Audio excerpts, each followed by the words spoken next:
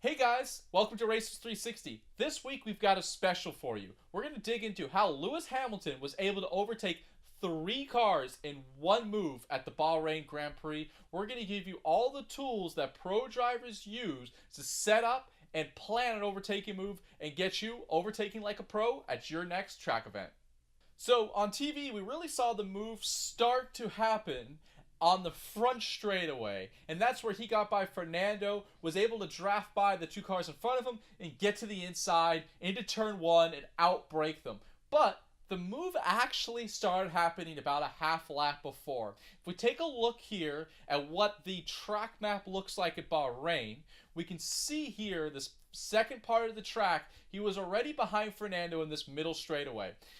But there's not really a great place to overtake until you get to turn one, which is the heaviest brake zone at Bahrain. Really, the heaviest brake zones are going to be the best place to set up overtaking maneuvers because that brake zone is longer.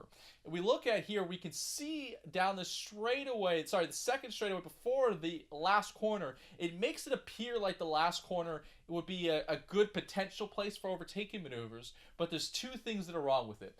First, it's a pretty light brake zone, so in light brake zones, typically the overtaking maneuvers are a lower chance of success and more risky, which he didn't really need to take that much risk and doesn't want to take that much risk.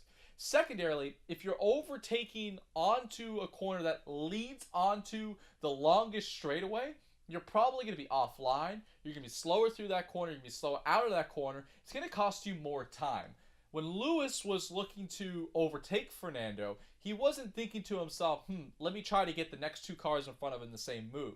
But because he was extremely intelligent in how he set up Fernando, he cost himself less time and was able to take advantage of that to get around the cars in front of him. So into that last corner, he might have had the opportunity to try a maneuver, but he probably thought to himself, let me just flow through here, focus on getting a good exit, and then see what happens on the straightaway. So, how did he do that? Lewis actually backed off a little bit on the initial brake zone. He didn't enter that final corner right under Fernando Alonso's rear end. He actually would brake just slightly earlier, and what that allows him to do is 2 things.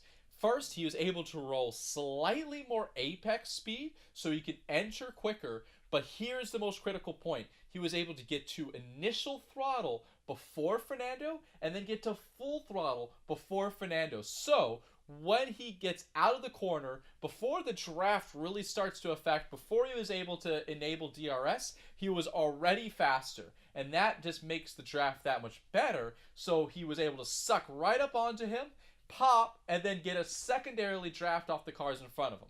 Now, I know you're probably saying, well, the Mercedes just has a better car. There's no skill involved. There's no point to debate. The Mercedes is a better car, but he's not so significantly better that he can just overtake where he wants. It really took some strategy to be able to not only get by Fernando, but get by those 2 cars in front of him, not lose much time while he was overtaking, and that's what the pros do better than anybody else. They don't cost themselves time, and they can overtake in a way that puts their car at less risk than some higher and lower chance maneuvers that some guys will try.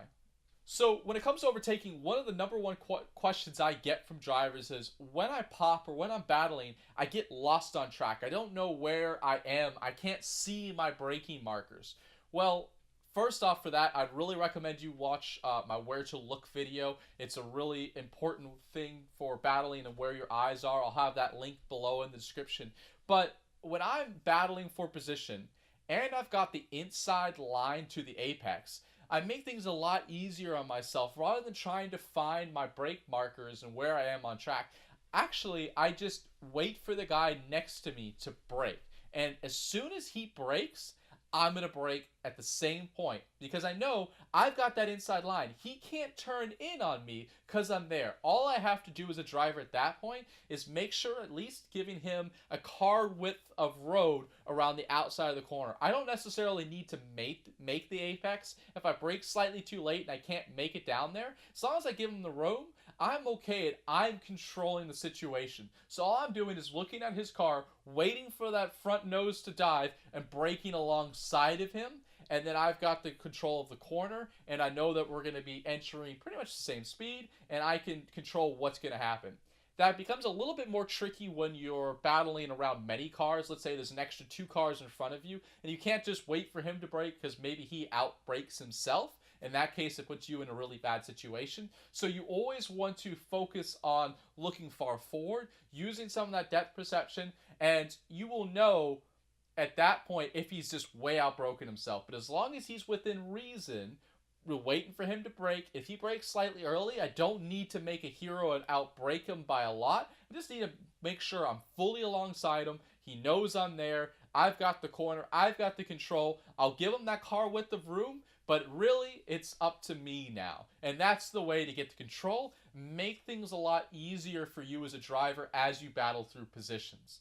So this was our video on how Lewis Hamilton was able to overtake 3 cars at one time at the Bahrain Grand Prix. Amazing maneuver from an amazing driver. Hopefully from this, your next track day, you'll be overtaking just like Lewis Hamilton. We've got the video to that move in the description below. If you didn't see it, I really recommend you checking it out. It was awesome to watch, especially in a sport in Formula One that we don't often get to see much overtaking anymore. I would want to hear from you guys what you thought of, how he did his move, some of the points we talked about in this video. So leave a comment below. We want to hear from you and help you get overtaking better on a track. That was Racers 360. We'll see you on a track near you soon.